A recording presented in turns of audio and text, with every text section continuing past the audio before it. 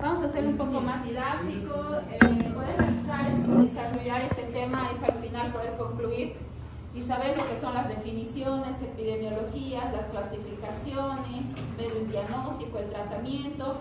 Los objetivos de la clase al finalizar van a ser clasificar las infecciones de vías respiratorias superiores según su gravedad, conocer el cuadro clínico, los agentes etiológicos más frecuentes, recordar los puntos principales para realizar un diagnóstico correcto y con ello decidir también el tratamiento. Las infecciones localizadas en la cavidad oral, nasal, faringe, senos paranasales, laringe y tráquea componen lo que son las infecciones respiratorias aéreas superiores, ¿ya? Esta va a tener una incidencia del 20% de las visitas de consulta externa de medicina general, la primera causa de visita al médico. Una de las principales causas de ausentismo laboral, la mayoría son de etiología viral, es el principal motivo de uso de antibióticos de forma irracional.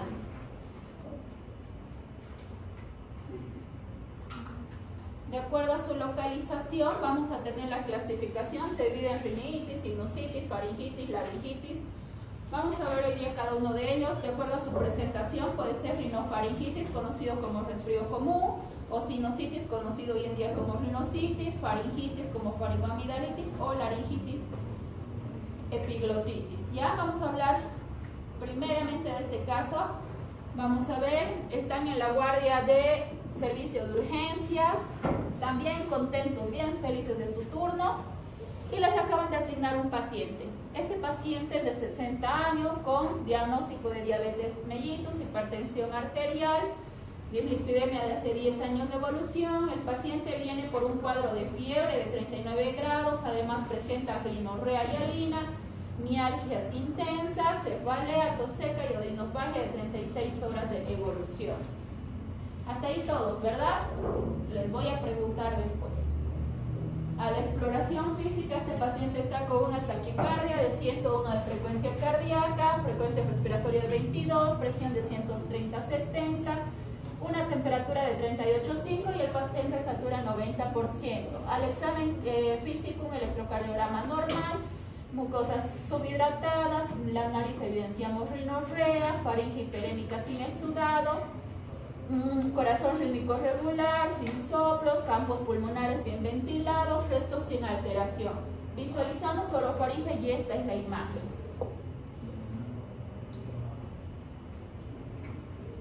De la historia que les he comentado, ¿qué les interesaría saber de este paciente? Ya tenemos el cuadro, los antecedentes. ¿Qué más les interesaría saber? ¿Desde cuándo ha empezado el cuadro? ¿Desde cuándo ha empezado el cuadro? Ya, dice de 36 horas de evolución. ¿Qué más les interesaría saber? ¿Algún otro síntoma? Ya tiene rinorreas, todo lo que se acuerde del paciente. ¿Qué más les es necesario saber? Muy bien. ¿Qué quiere decir eso? Hemos dicho que el paciente es diabético y que es hipertenso, pero no hemos colocado en ningún momento si toma o no toma medicación, si sigue o no sigue el tratamiento. Vamos a ver. El tratamiento que el paciente toma es metformina 3 veces al día, toma glibenclamida 2 veces al día, toma losartán cada 12 horas, atorvastatina 1 vez al día. No es vacunado, niega episodios similares, alergias y contacto con personas enfermas. ¿Le solicitarían estudios de laboratorio? Sí. Levanten la mano quienes dicen sí. 1, 2, 3, 4, 5, 6, 7, 8, 9, 10, 11. La mitad del curso. ¿Qué tipo de laboratorios le pediríamos si le pidiéramos laboratorios? ¿Qué creen que sería importante? Hemograma, ¿qué más? Primero vamos a ir a estudios de laboratorio. ¿Qué más? Dime qué análisis. Ya me han dicho hemograma. ¿Qué más? Tenemos que poner, justificar. ¿Qué más? Glicemia, doctora. Muy bien, glicemia, porque estamos hablando de un paciente. ¿Qué más le pedirían?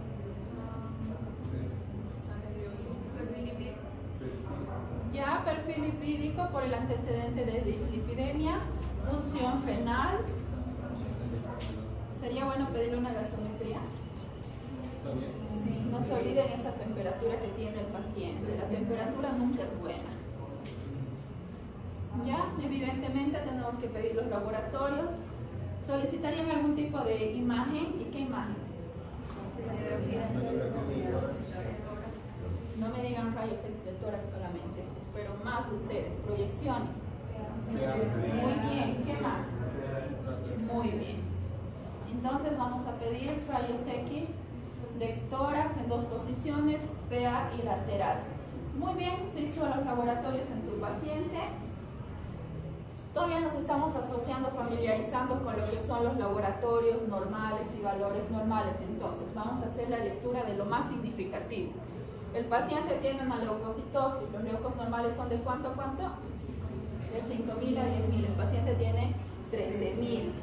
Lo más importante a lo que nos vamos, su glucosa. ¿Cuánto es lo normal?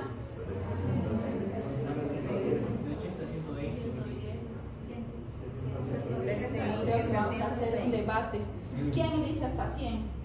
Yo. ¿Quién dice hasta 126? 20. Ay, ¿quién dice, perdón, hasta 120? Lo normal en realidad es hasta 100, ¿ya? De 100 a 120 el paciente está caracterizado como paciente prediabético, hay que hacer otro tipo de estudios. En un paciente diabético ya conocido, ¿qué les parece 150? Está muy alta. Está ligeramente alta. No se olviden que las infecciones es la primera causa de elevación del azúcar o baja del azúcar, ¿ya? La función de los riñones normales, la gasometría está normal, electrolitos normales. Diagnóstico del paciente según lo que ustedes han visualizado.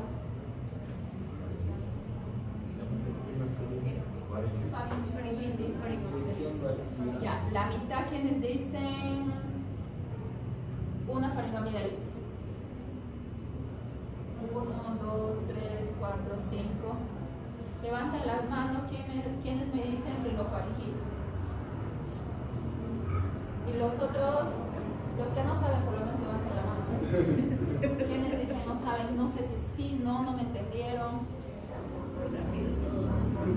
Y es más, vamos a tener que hacerlo más rápido todavía porque tenemos hartos temas para ver, ¿ya? Entonces el diagnóstico es rinofaringitis. Las fotos que hemos visto, chicos, no tienen presencia de placas, ¿ya?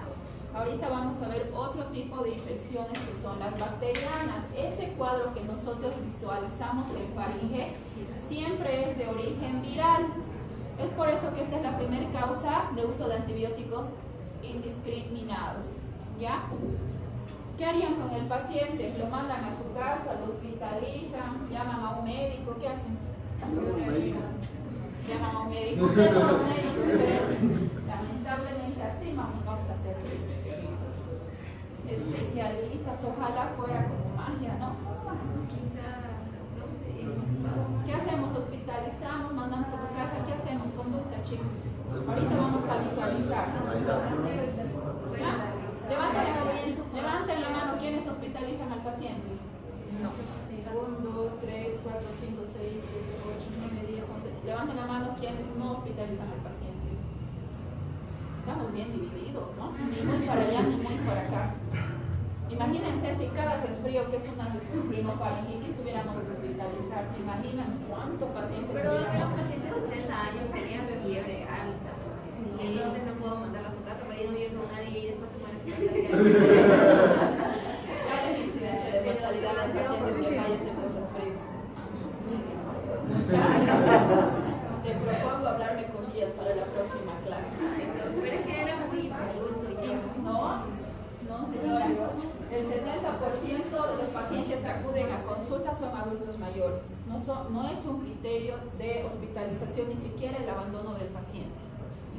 ¿Ya? Tú tienes que orientarte únicamente por el cuadro. Lo internas a este paciente con rinofaringitis y se te agarra el paciente una neumonía intrahospitalaria, fallece el paciente. No te van a decir, doctora, buenito, usted ha sido, usted lo ha hospitalizado. El paciente se ha muerto por una complicación dentro del hospital. Las hospitalizaciones innecesarias tenemos que evitar. La rinofaringitis, señores, no se hospitalizan. Ahora vamos a ver, como dice su compañera, y estoy de acuerdo, bajo qué criterios vamos a hospitalizar. Por eso hay criterios diagnósticos que se llaman los criterios de Centor. Ahorita vamos a revisar. Doutora, e além de enviar o paciente para casa, também tem que colocar uma dieta restrita, porque ele está com diabetes muito alto. Ahí Porque también vamos a llegar. hemofagocitis não vai matar, mas a diabetes sim vai matar. Más la diabetes, sí. Aquí está el punto, el siguiente punto. ¿Con qué lo vamos a mandar al paciente? Diclofenac. Ahí no me va a dar un no sé qué, un no sé cuánto ahorita.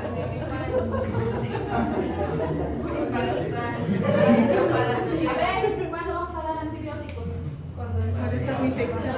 ¿Qué tipo de infección? Inflamación. ¿Y de qué hemos dicho que es la infección? ¿Cuál va a ser entonces el tratamiento?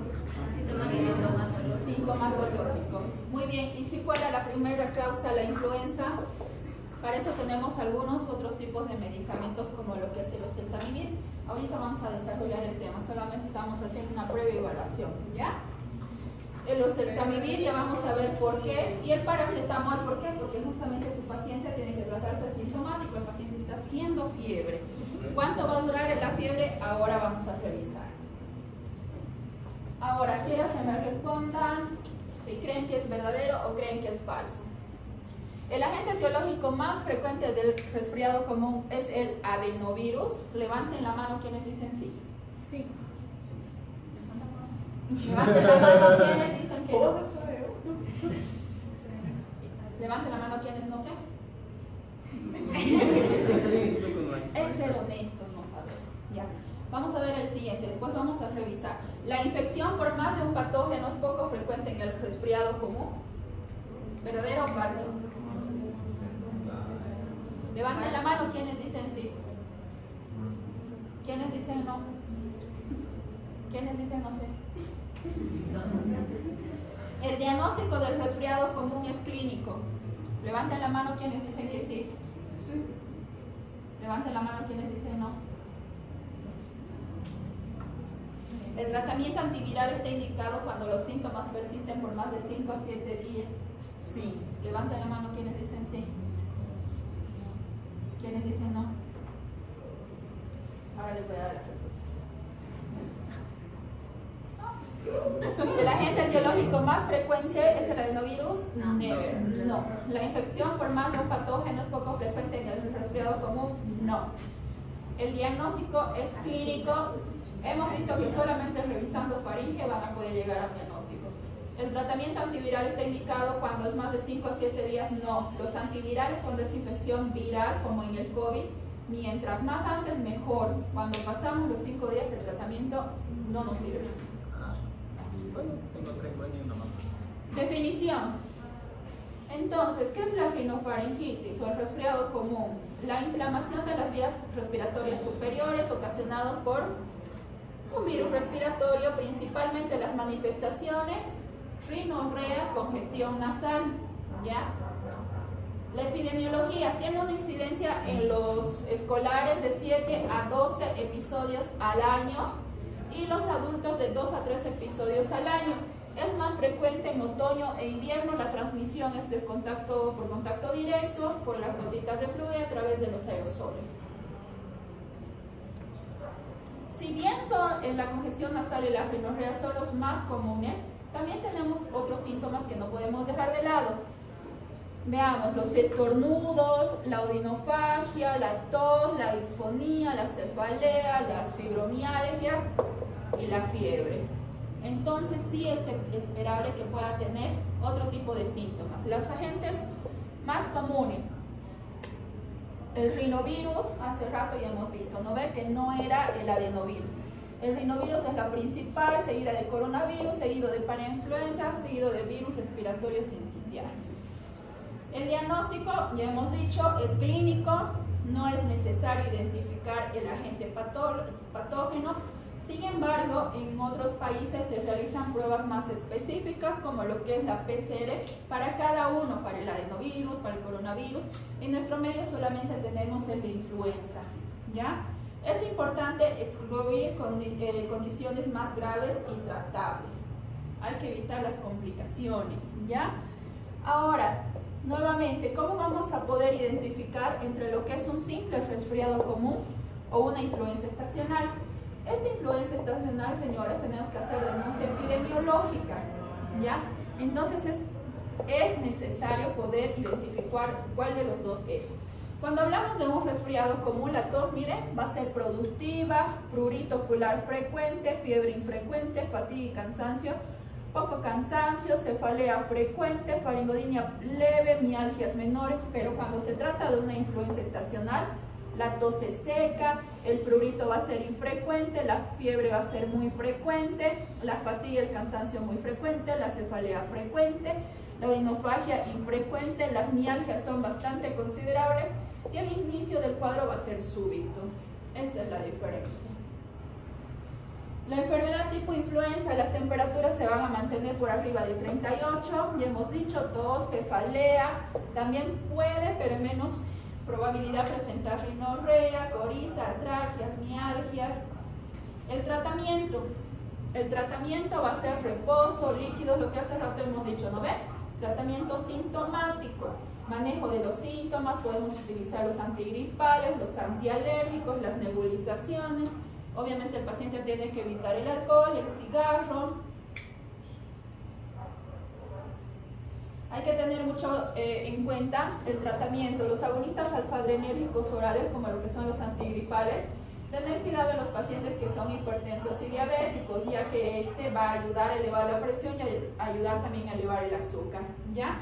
También está recomendado la cuestión de los antihistamínicos y los antitussígenos, ¿ya? No se olviden que la codeína que está dentro de los antitussígenos es un medicamento controlado y de gran adicción, ¿ya? Ahora, si hablamos de un paciente que tenga toda la clínica, hacemos la denuncia epidemiológica porque creemos que este paciente puede ser por influenza, tenemos que iniciar inmediatamente el tratamiento con oseltamivir, que vamos a dar un tratamiento cada 12 horas por 5 días. Ese es el que tenemos en nuestro medio. El zanamivir es otro que están utilizando por inhalaciones 2 veces cada 12 horas por 5 días y no contamos con ese. Han hecho estudios ECAS, estudios grandes, en lo que han podido incluir el oseltamivir para el tratamiento de la rinofaringitis, no solamente para usarlo en la influenza, sino también en otras infecciones virales, en las cuales el oseltamivir mostró menor tiempo para la resolución de los síntomas, hay una mejoría de las complicaciones de vías aéreas respiratorias, mayor presencia pero de náuseas y vómitos. Hoy por hoy, para el único que utilizamos es solamente para el tratamiento de la influenza, para ningún otro tipo de rinofaringitis más. ¿Qué además es importante? La educación del paciente. ¿Han visto esas familias donde primero la guaguita se agarra del colegio, luego viene a casa y después papá, mamá, hermanos, tíos y todos tienen recaída? A esto es a lo que tenemos que llegar, a la forma preventiva como medicina general. Duración de 6 a 10 días, el paciente tiene que mantener su aislamiento, la vía de transmisión evitar mano a mano, tener el cuidado y sobre todo tenemos que orientar a esos pacientes de que en el paciente presente disnea, tos productiva y que la fiebre persista por más a 39 grados centígrados, el paciente a las 72 horas tiene que volver a su reconsulta y en caso de cualquiera de estas tiene que ver para ver nuevos criterios de hospitalización tal vez o complicaciones. Prevención entonces, higiene de manos y siempre a todos los pacientes, especialmente a los de las edades más vulnerables, vacuna contra la influenza, ¿ya? Ahora, se han hecho los estudios, no sé si ya les ha pasado en algún momento de que tenemos pacientes reacios a la vacuna y dicen, no me voy a hacer vacunar de la influenza porque dice que causa parálisis, porque mi amiga se ha muerto. En realidad sí está recomendada. Dentro, miren, estos son estudios muy grandes, son estudios de revisión de más o menos 9 estudios, 15 estudios, en el cual si bien ha habido una disminución, no es significativa, pero aún así está recomendado en pacientes que tienen enfermedades de base, como el caso de nuestro paciente, es un paciente diabético, hipertenso, que tiene probabilidades de complicación. Quiere decir que sí está recomendada la vacuna. Ahora, las complicaciones puede ser que ese paciente se convierta pues, en una neumonía, que pueda convertirse en una otitis. Normalmente cuando empiezan con rinofaringitis empiezan con otalgias, ¿verdad? Puede ser una otitis media o una sinusitis. Vamos a pasarnos al siguiente. ¿Verdadero o falso? ¿Podemos asumir etiología bacteriana cuando el cuadro persiste más de 10 días sin mejoría de los síntomas? ¿Verdadero o falso? Levanten la mano quienes dicen verdadero.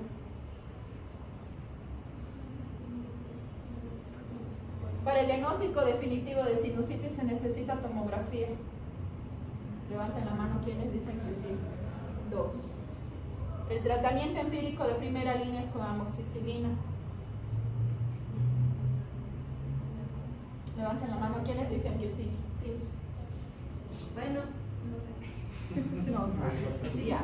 Ahora vamos a saber cuando revisemos. La duración del tratamiento es de 7 a 10 días de antibiótico. Ya. El tratamiento de segunda línea es con macrólidos.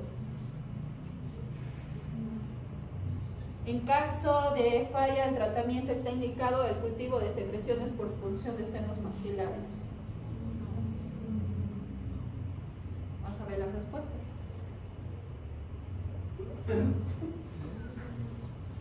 Podemos asumir etiología bacteriana cuando el cuadro persiste. ¿Qué pasa? Los cuadros virales se autolimitan, disminuye la carga viral ya desde el tercer hasta el quinto día. A partir del quinto día, un paciente con resfriado común debe mejorar. ¿Qué pasa si estos síntomas ya ha pasado más de una semana, hemos llegado a los 10 días y el paciente no mejora? Empezamos a sospechar de una infección bacteriana. Muy bien. Para el diagnóstico definitivo se necesita tomografía. No. Imagínense a todos los pacientes con sinusitis que tengamos que llegar a una tomografía. Son 1.200 bolivianos una toma. Es clínico el diagnóstico. Ya ahorita vamos a ir revisando clínico y también con secreción de cultivos. O cultivo, claro, secreción. Exacto, eso. El tratamiento de primera línea es con amoxicilina, sí, pero no. No es el único tratamiento. Tenemos que hacer combinado con clavulánico. Ahorita vamos a revisar. La duración es de 7 a 10 días. Ahora tenemos una tendencia a hacer esquemas cortos de tratamiento antibiótico. Podemos dar de 7 a 10 días cuando estamos hablando de complicaciones, ¿ya? En una simple faringitis, señores, ya no estamos dando ese tratamiento, ¿ya? ¿El tratamiento de segunda línea es con macrólidos? No. En caso de la falla, el tratamiento está indicado el cultivo de secreciones, tampoco. ¿Se imaginan funcionar cara? Lo difícil que es. Además que solamente lo hace el maxilofacial. Definición. Entonces, es una inflamación de la mucosa nasal y de los senos paranasales. La duración es menor a 4 semanas. La mayoría de los casos son secundarios a infecciones también virales. La incidencia es de 13.4%, quiere decir 1 de cada 7 adultos. Es más frecuente en mujeres, una relación 2-1. Mayor incidencia en adultos de 45 a 74 años, tiene indicación frecuente de tratamientos antibióticos, porque el 81% de los casos son de rhinosinusitis. Ahorita vamos a ver. Los virales concluyen con un 90 a 98% y las infecciones bacterianas de 2 a 10%. ¿Cuáles son las primeras causas? La primera causa es el Streptococcus pneumoniae, seguido de Haemophilus influenzae. Pues creo que son las más importantes y relevantes. Para uno necesitamos antibiótico, para el otro necesitamos antivirales. ¿Ya? Ahora, la rinosinusitis no es pues un cuadro que vamos a evidenciar por faringe, ¿no ven? No es un diagnóstico al que vamos a llegar.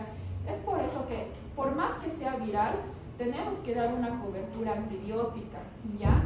Porque no hay otro medio para poder identificar la causa, ¿ya? Sí, el cuadro clínico nos puede un poquito orientar, sin embargo, todo cuadro de sinusitis tenemos nomás que dar antibióticos. Ahorita vamos a ver qué, ¿ya? El cuadro clínico es la congestión nasal, la disminución del olfato, tos, cefalea, y lo que más se quejan los pacientes es el dolor intenso en senos paranasales, frontales, ¿ya? Entonces también tenemos diagnóstico. Y para llegar a un diagnóstico de sinusitis bacteriana, tenemos que tener dos criterios mayores y un criterio mayor, ¿ya? Sí o sí necesitamos tener uno de estos: descarga nasal purulenta, descarga postnasal purulenta, congestión, obstrucción nasal, congestión facial, dolor facial, hiposmia o anosmia, fiebre 39. Si cumplimos uno de estos criterios y dos de estos, quiere decir que sí tenemos que iniciar antibiótico. Estuviéramos hablando de una sinusitis de origen bacteriano. Además, otro tipo de cuadro que sí apoya a la sinusitis de origen bacteriano: la persistencia y no mejoría de los síntomas a los mayores a 10 días, el inicio de signos graves al tercer o cuarto día, empeoramiento después de una mejoría de 5 a 6 días. ¿Qué significa esto? Hemos dicho que la viral se autolimita, ¿no ven? ¿Y qué pasa si el paciente al tercer o cuarto día que el paciente debería empezar a mejorar, empeora?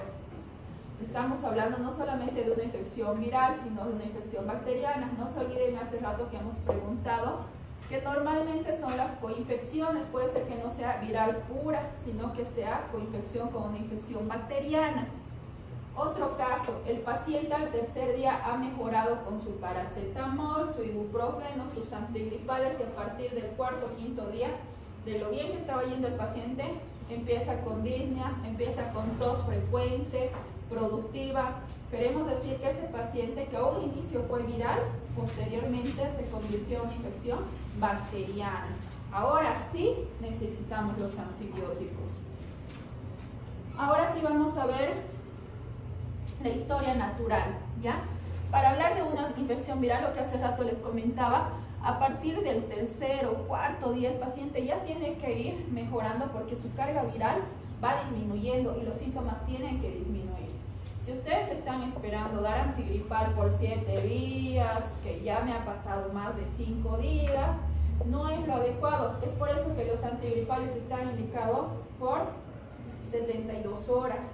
En esas 72 horas ustedes tienen que determinar en la consulta, en su revaloración del paciente, ver si ha evolucionado bien o realmente se les puede complicar.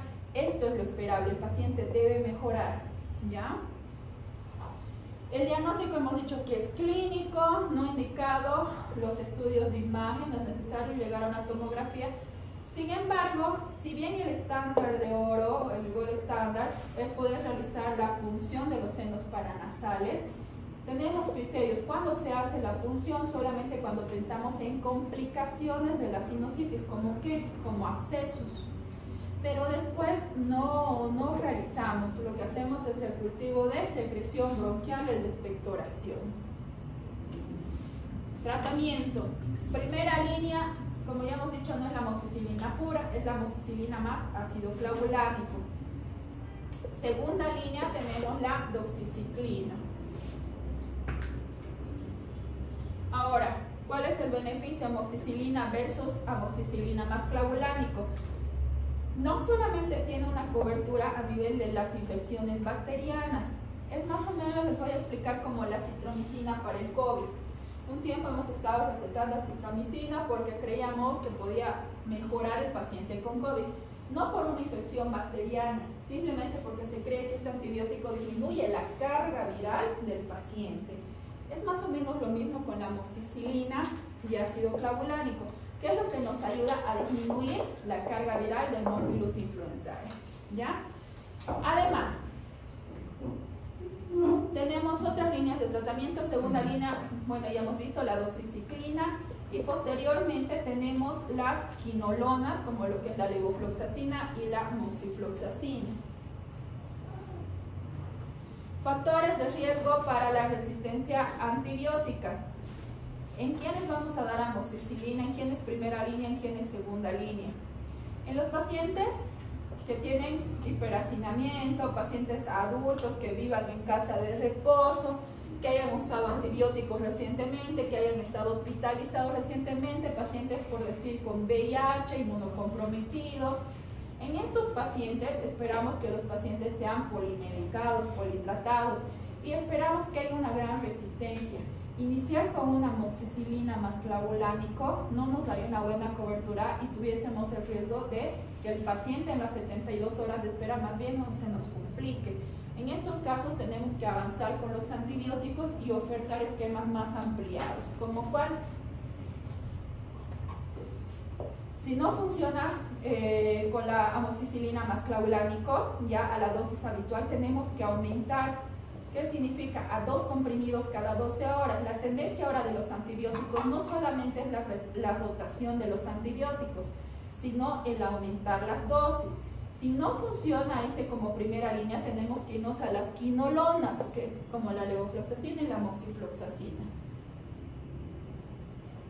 La duración del tratamiento. Lo que hace rato les decía, miren, el tratamiento ya tiene tendencia a los tratamientos cortos, inclusive ya nos hablan solamente de 72 horas de antibióticos. Ya estamos en el último congreso de infectología que hubo, ya nos están hablando de los 3 días, ya ni siquiera de los 5 días, ¿ya? De todas maneras, los esquemas que aún están en los protocolos que manejamos, está todavía manejo de antibiótico por 5 días. El manejo también es sintomático, la hidratación, calor local, lavados nasales.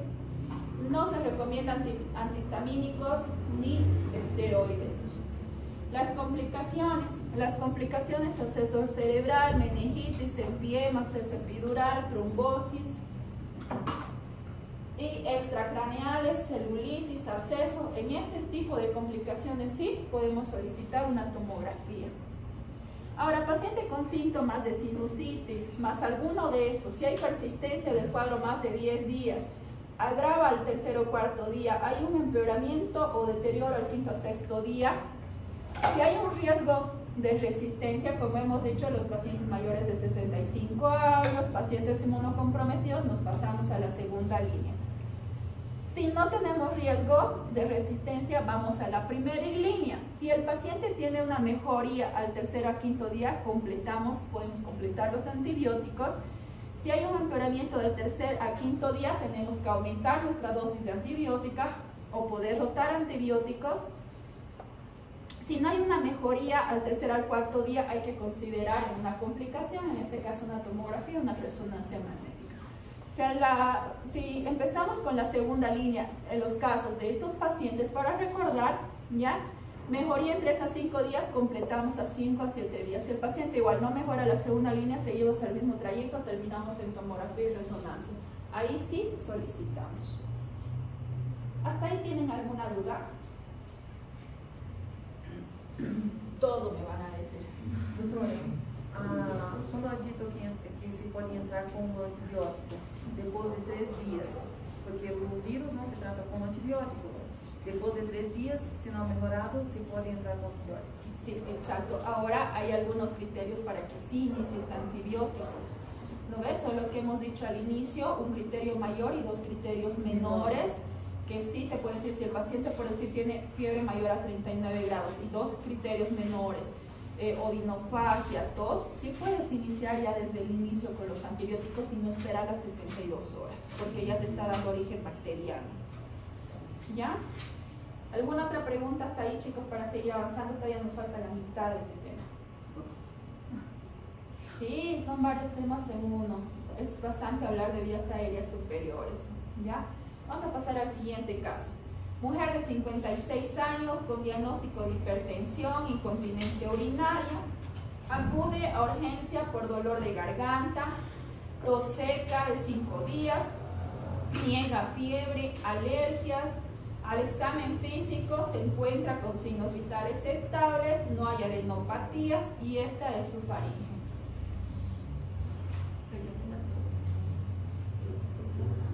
¿Qué les parece?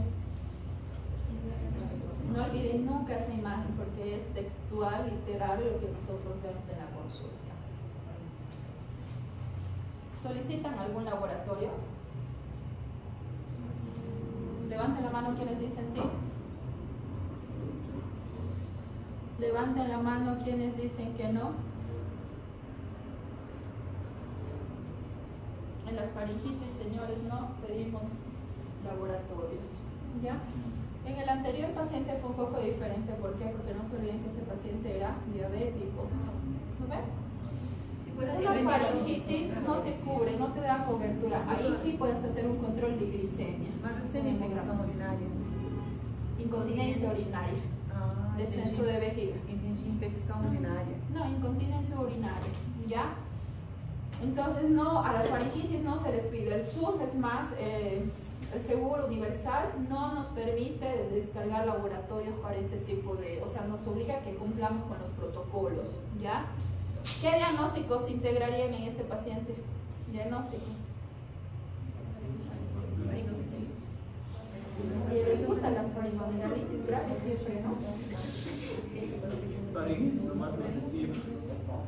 Muy bien, es una faringitis de origen. Muy bien. No hemos visto placas. Uma pergunta. Se é uma faringite viral, se pode ser por causa de baixa imunidade da paciente? Sí, claro. E se é uma baixa imunidade, se pode pedir um laboratório de hemograma para ver os leucócitos? Claro, estábamos hablando pero de este paciente, Ah, ¿no ven? sim. En otro caso de pacientes sí puede ser algunas otras situaciones especiales, pero bajo el término de solamente faringitis en un paciente como cualquiera de nosotros, adultos sanos, no amerita, ¿ya? La hipertensión arterial tampoco no amerita. ¿Qué hipertensión van a ver por laboratorios? Ninguno, ¿no ven? Entonces hay algunas patologías que no ameritan, ¿ya? Ahora vamos a hablar lo que hace rato les comentaba, criterios de Centor. ¿Cuándo hospitalizamos a estos pacientes y cuándo no? Ahorita todavía no vamos a sacar valores, después vamos a aprender. Tratamiento, ya se los regalé creo. Manejo sintomático, paracetamol, antiinflamatorios, ¿ya? Miren este otro. Ahora sí, ¿no ven? Más bonito. Ahora sí, yo también estoy de acuerdo, creo que es bacteriano. Hombre de 38 años con diagnóstico de DM2 y obesidad acude a urgencias por dolor de garganta, fiebre de 38,5, de 3 días de evolución, niega tos, congestión y alergias. Al examen físico le encuentra con signos vitales estables, paciente con adenopatías cervicales y esta es su faringe. ¿Solicitan algún laboratorio? Sí. Levanten la mano quienes dicen.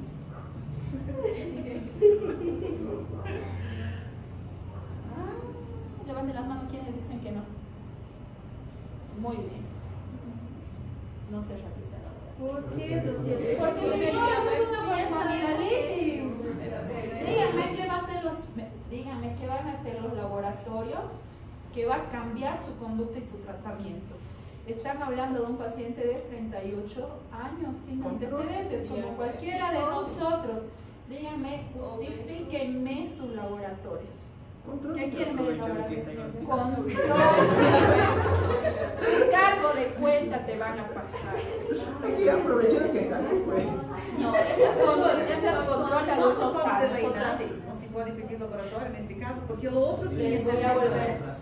Hay control de población, control de adultos sano, control de joven, control de niños sano. Bajo control ustedes pueden pedir laboratorios básicos. Nos vamos a ir netamente a la estructura y contexto de una faringoamigdalitis, lo que les va a hacer. No van a pedir laboratorios. Los protocolos nos dicen que no debemos solicitar, y no solamente en nuestros protocolos, en los protocolos en los que nos basamos en los mexicanos, por decir que son los que mejor estructurados están, nos dicen que no debemos pedir laboratorio. Les vuelvo a pintar la figura. Fuera diferente si hablamos de un paciente diabético. Fuera diferente la figura si habláramos de un paciente, no sé, con insuficiencia cardíaca descompensada. El paciente no tiene diabetes. Não teria sim, mas um tem Esse 60 tiene, anos e o outro tem que 80. lo promete. Sim, diabetes tipo 2, obeso. Ya me equivoqué, perdón. Hay ese control. Que vaya a su control. Ahí sí ya. Ya ha sido un error, hombre, somos humanos. Diabético e obeso. Tem que ter controle. Entonces sí, en ese caso sí deberíamos pedir ya un laboratorio de glicemia, todo. Pero un paciente como nosotros, chicos, a lo que me voy, un paciente con una faringoamigdalitis, ¿ya? no es necesario, no amerita, no cada que vean este tipo de faringes pedir, ya hay que primero visualizar los antecedentes y según a los antecedentes pedir. Bueno, ¿qué diagnóstico integrarían? Ya se los he dicho, pero ¿qué tipo de faringoamidalitis? Bacteriana. Ya, sí, pero no. Les puede ir mejor. ¿Qué tipo de faringoamidalitis bacteriana es? Muy bien. Entonces el diagnóstico es una faringoamidalitis estreptocócica. Criterios de ese entorno vamos a tocar. Tratamiento.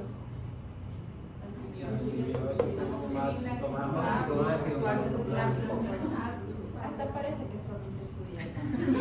Amoxicilina, muy bien. Más el tratamiento sintomático, ¿verdad? Vamos a ver otro caso.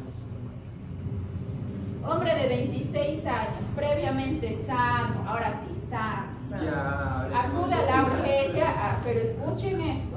Acuden a la urgencia con dolor de garganta y fiebre de 39, de 2 días de evolución. Al interrogatorio, refieren el día anterior a los síntomas, fue a una fiesta y al día siguiente despertó con una mujer desconocida. Niega alergias. Al examen físico con signos vitales estables, presenta una adenopatía cervical anterior y esta es su faringe. Se logran visualizar las placas, ¿verdad? Sí. Ah, pues muchos se van a sentir identificados, creo. Ahora ahí, ¿qué vamos a hacer? ¿Solicitamos laboratorios? No. Sí. Ahora sí estamos de acuerdo todos, ¿no? ¿Qué le vamos a pedir de laboratorios? Ya, hemograma, algo más específico. Algo más específico.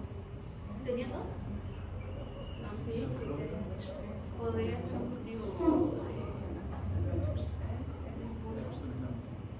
Pero lo más llamativo es la fiebre, el dolor, la odinofagia que presentaba y el antecedente que tiene una adenopatía. ¿Qué laboratorio vamos a pedir específico? Ya vamos a ir patas arriba, de atrás para adelante. Diagnóstico primero.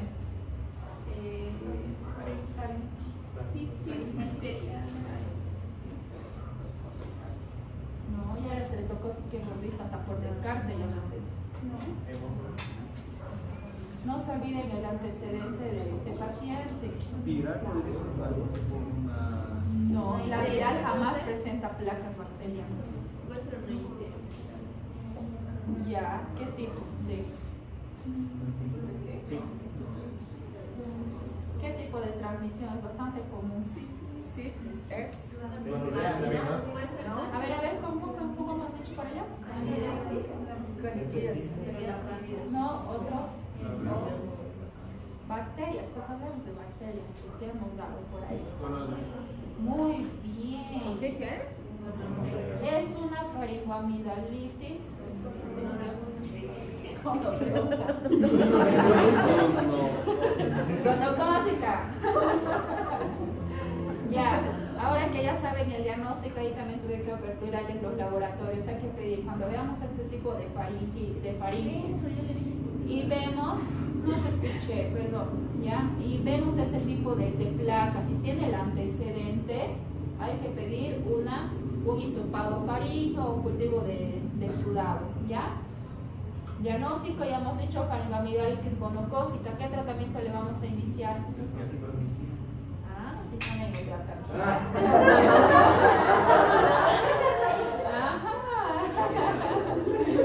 Justo estaba viendo Ni la pensaron, jamás me habían contestado tan rápido. Eso yo Ya. no Ya, chicos, ven la importancia de ver los antecedentes. Si vemos esta faringitis, la faringoamidalitis estreptocócica de la gonocócica,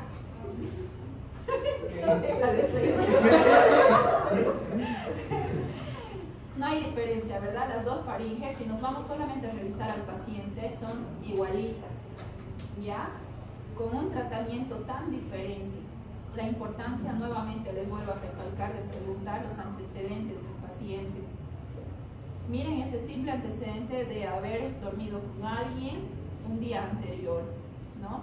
El tratamiento se les complicó la vida, van a patear a una amoxicilina, que sería el tratamiento para una faringitis estreptocócica, a una con ceftriaxona más acitromicina, ¿ya? Esa es la importancia de identificar primeramente el agente causal. Por eso solamente cuando hablamos de diagnóstico, no solamente ponemos faringoamidalitis. Eso está bien, digamos, para una persona de afuera. Ustedes como médicos tienen que darme nombre y apellido para poder otorgar un tratamiento adecuado. Vamos, ¿verdadero o falso? El agente etiológico bacteriano más frecuente es el Streptococcus pyogenes. No.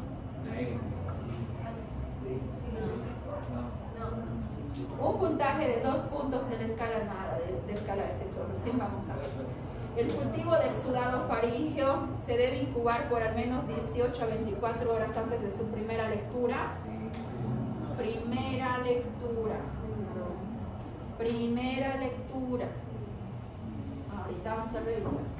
Hasta el 10% de los estreptococos piógenes resultan ser resistentes a la penicilina. Ya. El Fusobacterium necroporum es un agente etiológico de faringitis que más produce complicaciones, ¿verdadero o falso? ¿No? Ya, vamos a ver las respuestas. Sí. Streptococo piógenes, sí. El aéreo. ¿Qué? El aéreo. Ahorita vamos a revisar cuáles son los agentes más frecuentes, ¿ya? Centor no vamos a hablar. El cultivo, la primera lectura sí se hace a las 24 horas. ¿Cuánto tiempo dura en realizarse un cultivo de exudado? Muy bien, pero es un cultivo más antibiograma. La primera lectura para ver si hay o no hay crecimiento o desarrollo ya se debe hacer a las 24 horas. Deben exigir que haya una respuesta ya escrita para que ustedes vean si inician o no inician antibióticos y su conducta, ¿ya? Se puede hacer una segunda lectura a las 48 horas y al tercer día ustedes tienen que tener resultado, ¿ya? Hasta el 10% de estreptococos piógenes resultan ser de resistencia a la penicilina. Falso. El Fusobacterium necroporum es un agente encargado de las complicaciones graves de estas. Sí, ahorita vamos a revisar el tema. Estábamos hablando entonces de las faringoamidalitis. Las faringoamidalitis son inflamaciones de la faringe causada por alguno de los diversos virus o bacterias. Tiene una triada también, la odinofagia, que bueno, la faringodinia, fiebre, inflamación de la faringe. Epidemiología, uno de los 20 principales motivos de consulta en consulta externa, 10 millones de consultas al año, es más frecuente a finales de invierno y principios de primavera. El 50% de los casos se identifican en edades de 5 a 24 años. La etiología más común es viral, el agente causal más frecuente es el adenovirus, el agente bacteriano más frecuente es el estreptococo beta-hemolítico del grupo A, la prevalencia es del 5 al 15% en adultos, el Fusobacterium produce hasta un 10% de complicaciones graves. Vamos a hablar entonces de la faringitis estreptocócica. ¿Cómo identificamos una faringitis estreptocócica? Quiere decir de origen bacteriano. Según los síntomas, miren, es de inicio abrupto, disfagia, fiebre, además causa náuseas, vómitos, dolor abdominal, faringodinia, cefalea. Los signos que vamos a ver es la más importante, la hipertrofia amidalina, puede presentar petequias, lo más importante, el exudado. Ahí está. No deben olvidarse jamás antibióticos, faringitis estreptocócica, ¿ya? Ahí tenemos otra. Origen. Viral, pero ¿qué más? Exacto, una coinfección de una viral. Miren, tiene eritematoso con petequias, con una amidalar que les da la hipertrofia, lo que en la viral no les da.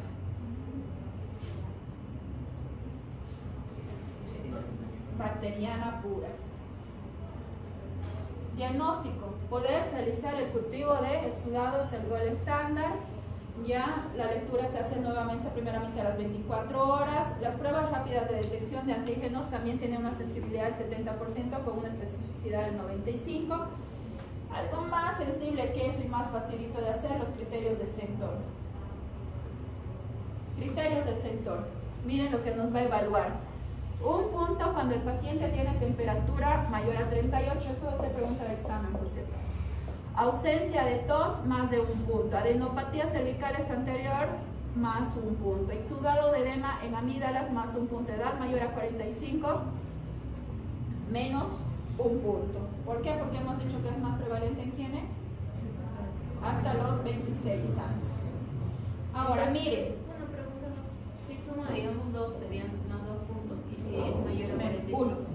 1 Se resta, ¿ya? Ahora miren, si tienen un puntaje de 0, tratamiento antibiótico no recomiendan ni cultivo, ¿ya? Puntaje de 0 o 1 en realidad ninguno, ¿ya? De 2 puntos hay que considerar cultivar, ¿ya? Y antibióticos solamente dar en caso de que el cultivo sea positivo, si le sale 2 a 3 puntos. En un criterio 4 se debe iniciar el tratamiento en ese momento, además de solicitar el cultivo, o sea, se debe hacer paralelamente.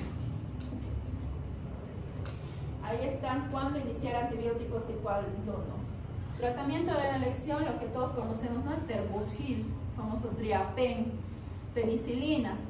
Otro tratamiento que podemos recomendar es la amoxicilina, ¿ya? Si tenemos alergia a las penicilinas, podemos recomendar cefalosporinas de tercera generación. La de mi preferencia y que sí nos puede recomendar es la citromicina, que es una vez al día por un periodo de 5 días. También la clindamicina, pero sin embargo todavía nuestra población tiene buen apego al tratamiento con la citro. Otras faringitis bacterianas, ahí están, las streptococos grupo C, G, múltiples anaerobios, el fusobacterium que ya hemos visto, la Neisseria gonorrea, el Corynebacterium difteria, ahí está, entre otras. Es únicamente, chicos, clínicamente va a ser difícil, solamente con cultivo, con hisopado. El cuadro clínico va a asociarse además con conjuntivitis, tos, disfonía, puede venir con estomatitis, exantema viral. Miren las lesiones: gingivoestomatitis, las serpanginas, que son de origen viral. Tratamiento de acuerdo a la etiología, de acuerdo a lo que vamos a encontrar, ¿ya? Ahora, las complicaciones que esperan, bueno, que pueden haber: absceso perioamigdalino, absceso del espacio parafaringio, otitis media, sinusitis, linfadenitis, mastoiditis. En estos casos sí tenemos que realizar la valoración por otorrinolaringología para tener un manejo quirúrgico asociado a los antibióticos. Vamos a pasarnos a la siguiente para poder concluir. Vamos a ver el siguiente tema, laringitis aguda.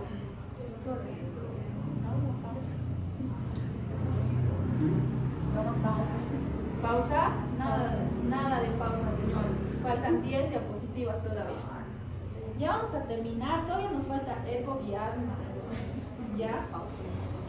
Una pausa cuando terminemos. ¿Ya? Entonces, cuando hablamos de laringitis, definición. Cuando hablamos de laringitis, es un síndrome clínico caracterizado por disfonía, disminución de la fonación. Son los pacientes que vienen vulgarmente con ronquera, asociado a infecciones de vías aéreas superiores y con tos seca o no productiva. Tiene una epidemiología de 1% de las consultas médicas, es más frecuente en mujeres y tiene una mayor incidencia en invierno. ¿Quiénes van a causar la ronquera, la laringitis? Principalmente lo que es el rinovirus, influenza, parainfluenza y el adenovirus. También tenemos el coronavirus. Diagnóstico. El diagnóstico, obviamente el paciente ya va a venir ronco, ya tiene clínica, ¿ya? En otros casos, bajo complicaciones y bajo obstrucción, que los pacientes vengan con un edema, y sí podemos considerar hacer una laringoscopía. Tratamiento también de acuerdo a la etiología. Los antibióticos no están indicados en los pacientes con clínica típica. Hay que reposar la voz y solamente analgésicos. Y con esto terminamos. Epiglotitis. Este es el que más miedo le debemos tener. Es el proceso infeccioso o inflamatorio de las estructuras estructuras subglóticas. La epidemiología más común en adultos, el 90 al 95%, es más frecuente en el sexo masculino, tiene una incidencia de 2 casos por 100.000 habitantes. La etiología, normalmente Haemophilus influenzae, ¿ya? La característica, el paciente va a presentar lo que es la odinofagia, faringotinia, fiebre, salivación, estridor, disfonía. El diagnóstico, laringoscopía. Esto es una urgencia médica. Imagínense que venga así su paciente a la visualización. Esto sí es una urgencia porque el paciente, al hacer un broncoespasmo de estos, el paciente puede lograr requerir la intubación. Por eso nos indica dentro del diagnóstico estar preparados para el manejo de la vía aérea superior. Miren el nivel de este edema que produce, que es el signo del pulgar, de la epiglotitis. Tratamiento, permeabilizar la vía, asegurarnos de que la vía esté permeable, que no requiere intubación. Tratamiento antibiótico en pacientes, miren, de primera línea tenemos que irnos directamente a cefalosporinas endovenosas, de preferencia la ceftriaxona. Pacientes inmunodeprimidos, oncológicos con VIH, pacientes directamente se debe ir a piperacilina mastoxazobatam, ¿ya? Los alérgicos a la penicilina se puede recomendar, igual que en todas las anteriores, levofloxacina o clindamicina. Pero no sería bueno un corticoide ahí para bajar la inflamación y evitar un blanco. Totalmente de acuerdo contigo, tenemos que iniciar con corticoterapia. Prevención. La vacuna hay que recomendar, ¿no? La vacuna de la influenza, neumococo, profilaxis en casos confirmados de infección. Además, rifampicina más ciprofloxacina o ceftriaxona. Si presentara estridor en los adultos, si vienen como esa tos de los niños, ¿no ves? Stertorosa, aparte del edema, como si tuviera sensación de cuerpo extraño, además de tratamiento antibiótico, debe considerarse el nebulizar con epinefrina y bueno, dar oxígeno y pensar en intubar al paciente. Conclusiones de todo el tema. Es importante las infecciones de vías aéreas superiores, ya que son un motivo frecuente de consultas en urgencia, por lo que es necesario conocerlas. Es fundamental saber identificar si se trata de etiología viral o bacteriana para el uso correcto de antibióticos. Es importante proporcionar datos de alarma a los pacientes para identificar de manera oportuna fallas al tratamiento y prevenir las complicaciones. ¿Han entendido, chicos? Es un tema pesado, ¿ya?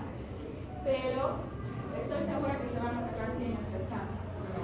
Porque nos va a poner el 100, Les voy a preguntar a sus docentes de práctica, casi a la mayoría conozco cómo les está yendo en su práctica, les prometo.